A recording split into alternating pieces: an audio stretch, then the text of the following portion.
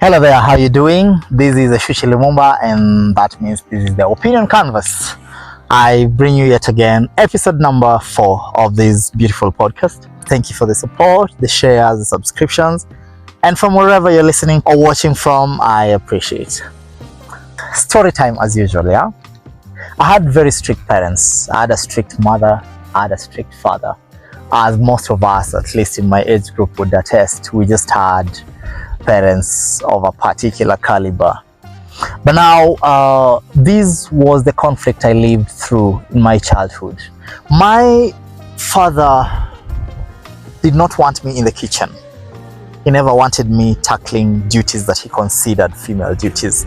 My dad wanted me to tend to things that were manly, go out there, take care of the cattle, help me fence up the place, clean the compound, cut down trees. My mom on the other side, because I am a firstborn and for far too long there wasn't a sibling that came through in first. My mom kept telling me, mimi sina kijana mwingine wa kunifanyia hizi vitu, sina mtoto mwingine. So she would leave me chores when she left, nipate umekata kuni, nipate umesomba maji, nipate umeosha vyombo, get everything ready, nikikuja nikupika tu. Dad on the other side would also leave a list of things to do, toa ng'ombe, enda uchunge, patia ng'ombe maji, all that. So my plate was always full, especially on school holidays. I never fancied school holidays. I know of guys who are happy to go back home after holidays. That was not me. School holidays meant work and work. My dad was an enemy of idleness, and for him, I needed to be engaged for as long as it is. Now, in all these conflict over what mom wanted of me or expected of me and what dad wanted of me, the dilemma and the unfortunate thing is they never for once sat together and decided, okay, now let's align these boys' responsibilities or delegations to these chores and these chores. No. I just used to be pulled right, left, and center, and it was almost their own internal wars. I was just collateral. So when dad would walk in on me in the kitchen, I would have to sneak quickly, nikuje sito. But then all this while, mom would not come in my defense. Mom started thinking dad's chores or dad's assignment for me were a bit too brutal. And my dad was a brutal man. That guy did not care. My dad was brutal. If he left you 8 tasks, he needed them done. And it doesn't matter if you did 7 perfectly, the 8th one that was undone would land you into lots of problems. Every other perfect thing would be forgotten. He was just mean with appreciation. That's what I want to define him as. So one day, my dad left me a very interesting task. He carried me along to his workshops enough times, and I know my dad was also a hands-on person. That one I will never lie to anyone. Anyone meets me and is imagining, manze, you're all over, you're able to do this and that, I cannot credit anyone else. That is purely who my father was, and that's what my father taught me. My father insisted if it's something you can do, you get it done. Eti stool imevunjika. What are you doing taking the stool to the carpenter? Get the stool, use your brain, try to fix it. And so I became sort of a proponent of self-sufficiency at a very early age.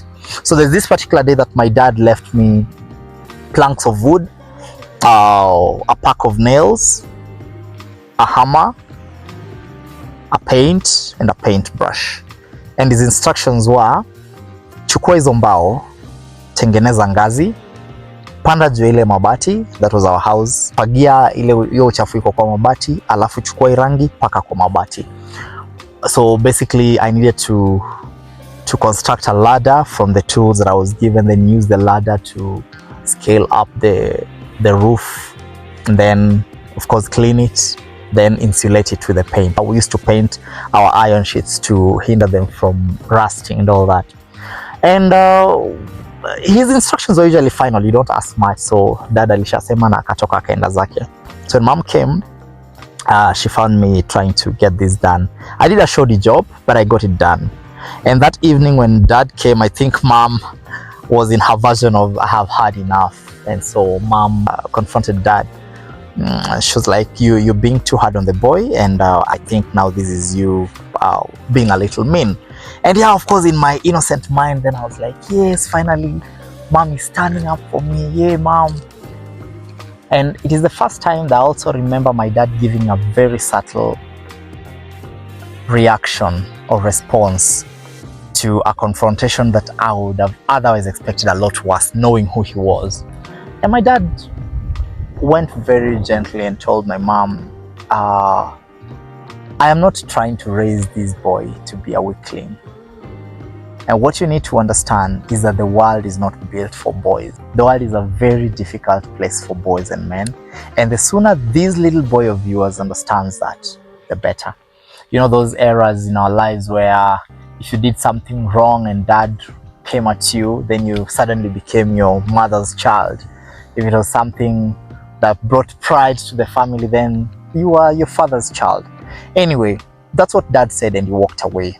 There are lots of moments I meet in this world that remind me of that moment. I was having a very random conversation with a group of friends sometime last year, and it was the majority of us who are gentlemen, friends from back then. There was a lady amidst us. We're catching up old times, you know, what have you become? What have you done with your life? You know, what are the businesses, strides you've made? How's your life going? You know those gatherings where it's like, yes, you're meeting up, but then you're also on flex mode. Yeah, yeah. And so a friend asks a very random question in the middle of the conversation, and he goes like, guys, what do you think would happen if we woke up tomorrow and there's just nothing for us? Everything we've created, everything we've done, everything we've made for ourselves is gone, and we have to click a reset button. Where are we landing? What are our options? And the lady we had in our midst very casually says, mi nitatafuta bwana tu anioe. I mean, haina shida.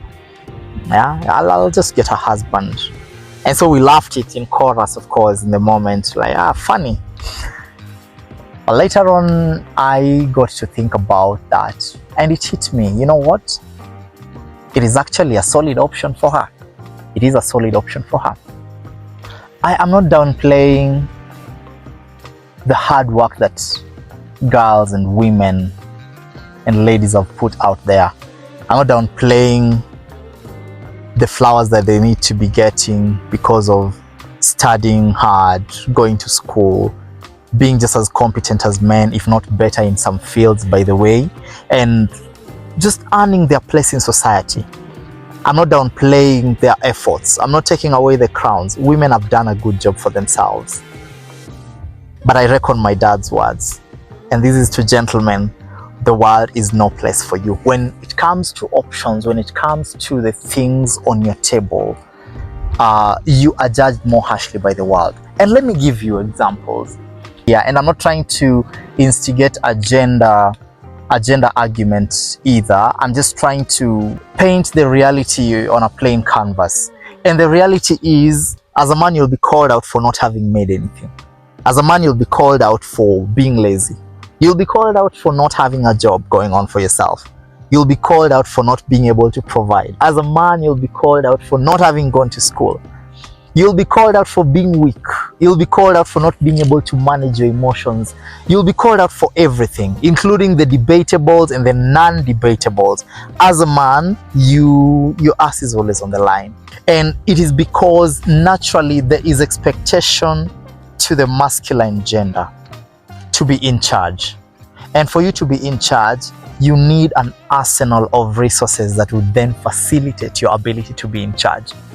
These resources over the years have been condensed to something simple: money.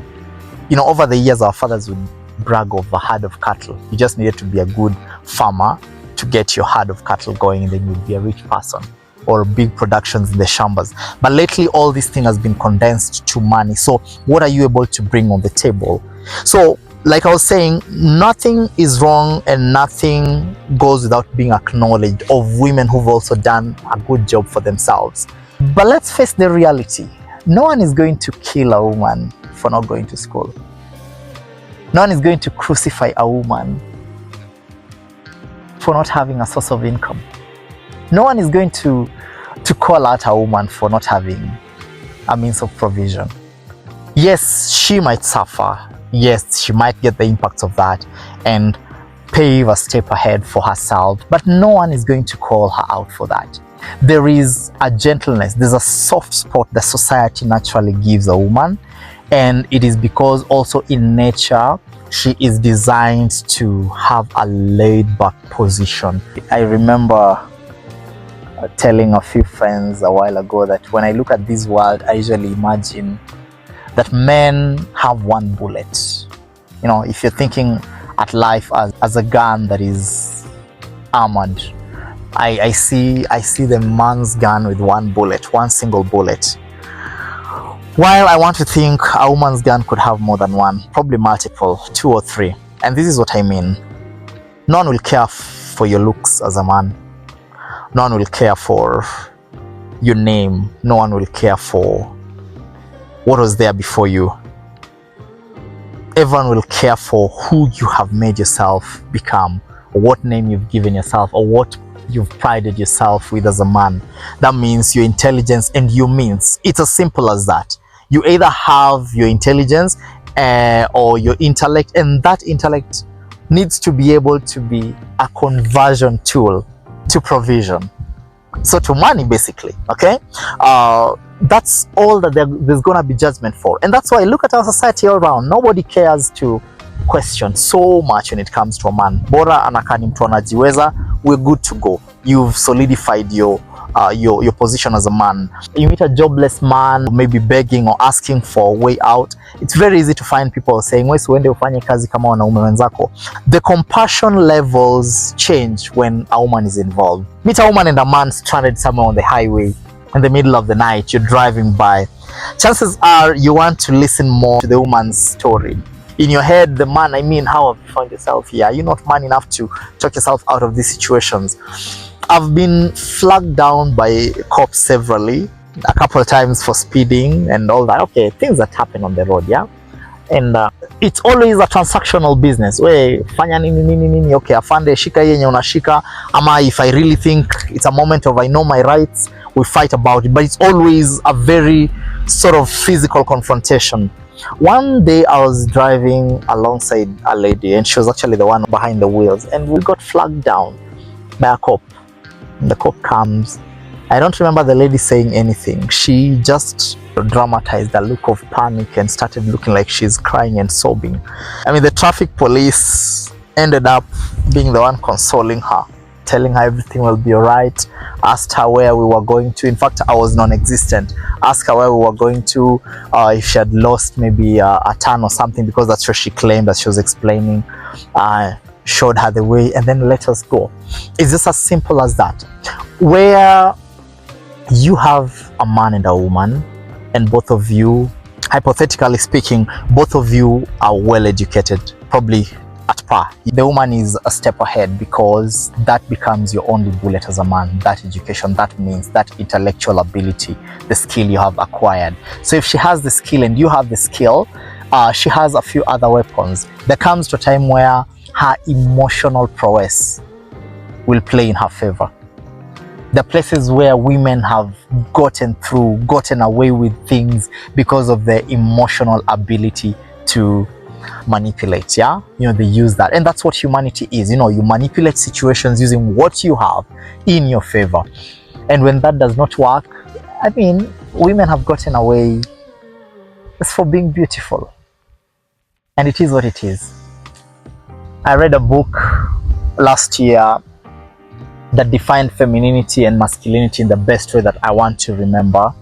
And this is what the author claimed. The author said that femininity is designed to be preserved, while masculinity has to be built. And that's the most accurate definition of these two terms that I ever remember. I'm thinking about it as two empty tall bottles at birth, one being a representation of a woman and one being that of a man. And the definition here is that think of the female's bottle as one that is full of whatever it is. The man's is empty. So the woman's job is to ensure that her bottle stays full throughout her lifetime. Sometimes I think that's a little hard of a task, by the way, but the man's bottle is usually empty. So it's up to you as a man to ensure you fill your bottle. You have to build who you are. You have to build a name for yourself. You have to build a legacy. You have to build an identity for yourself as a man to stand a chance, because the world is not going to hand a man anything that they have not worked for. A man has to only get what he deserves, apparently. Sadly, unfortunately, but realistically so. A woman might have to just work or make do with whatever is available. That said and done, I am trying to say that I agree. My father was right. Gentlemen out there, know this and know peace. The world is no friend for a man. You have to work yourself. You have to create an identity for yourself, and you have to claim your place in the world, because no one is coming to save you. No one is coming to hand it over to you. You fall down a bit, we empathize, that's good enough, but dust yourself off, get out there and continue doing what you have to do, because this world was not designed to make it easy for you, and it was not designed in your favor. Thank you for watching. Thank you for listening. This is Eshuchi Lumumba, the Opinion Canvas. Till next time.